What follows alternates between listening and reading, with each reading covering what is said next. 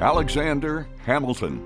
No, not the Broadway musical. The real Hamilton, as Secretary of the Treasury in 1790, asked Congress to create what he called the Revenue Marine to collect tariffs on United States coastal waters. Congress did that. It was the beginning of the U.S. Coast Guard, our country's longest-serving seagoing military service.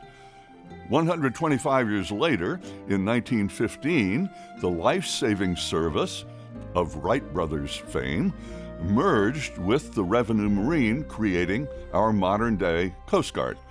1 year later, in 1916, a Curtiss flying boat began Coast Guard Aviation's testing early search and rescue operations. There are nearly 42,000 men and women on Coast Guard active duty today.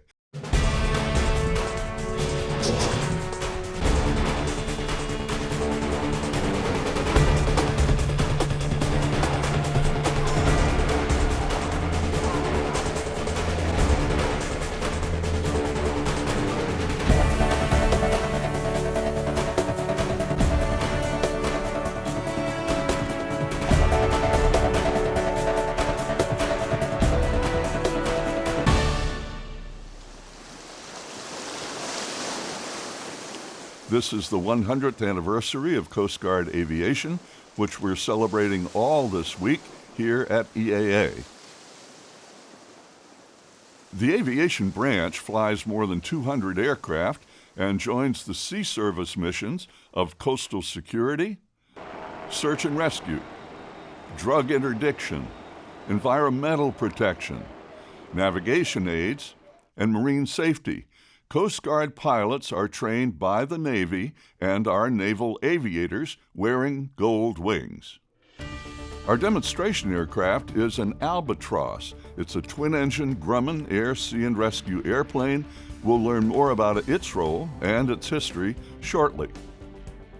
Commander Elmer Stone was the Coast Guard's first aviator, and in May 1919, he piloted a Curtiss NC-4 on its first transatlantic crossing. Our guest aviator today, in 1986, flew his own PBY N4NC, recreating Stone's history-making flight of 1919. Please join us in celebrating the 100th anniversary of Coast Guard Aviation.